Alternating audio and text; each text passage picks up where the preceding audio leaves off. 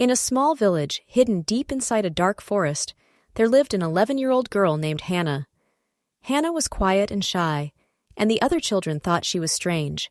She didn't play with them. She didn't laugh or sing. She spent most of her time in the forest, talking to someone no one could see. Amina had a secret. Her friend was not a person, but a jinn. It was a shadowy figure with glowing eyes, and it always whispered to her. She called it Zalim.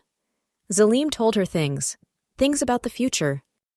One evening, as the sun dipped behind the trees and the village grew dark, Zalim spoke to Amina again. Its voice was cold and soft, like the wind on a winter night.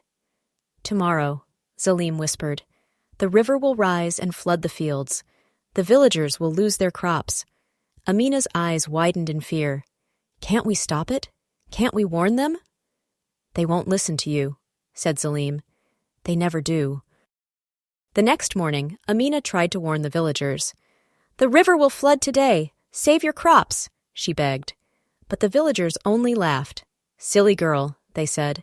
"Stay out of trouble." By evening, the river had overflowed. Water rushed through the fields, washing away the crops just as Zalim had said. The villagers looked at Amina with fear and suspicion. How did she know? That night, Zalim came to Amina again. "Tomorrow," it said, "the forest will catch fire. Smoke will choke the village." Amina cried, "Why do these things keep happening?" Zalim didn't answer. It only smiled, its glowing eyes watching her dot. The next day, the fire came. Flames roared through the forest, and smoke filled the air. The villagers ran in panic. Some whispered, "The girl is cursed." Others said, "The jinn is punishing us."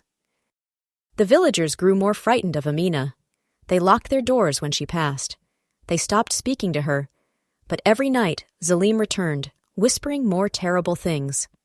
"Tomorrow, the well will dry up. Tomorrow, the wild animals will come into the village. Tomorrow." The disasters never stopped. Amina didn't know if Zalim was a friend or a monster. She only knew one thing. Whatever Zalim whispered at night always came true by morning dot. And in the heart of the forest, the jinn kept watching, its glowing eyes never blinking,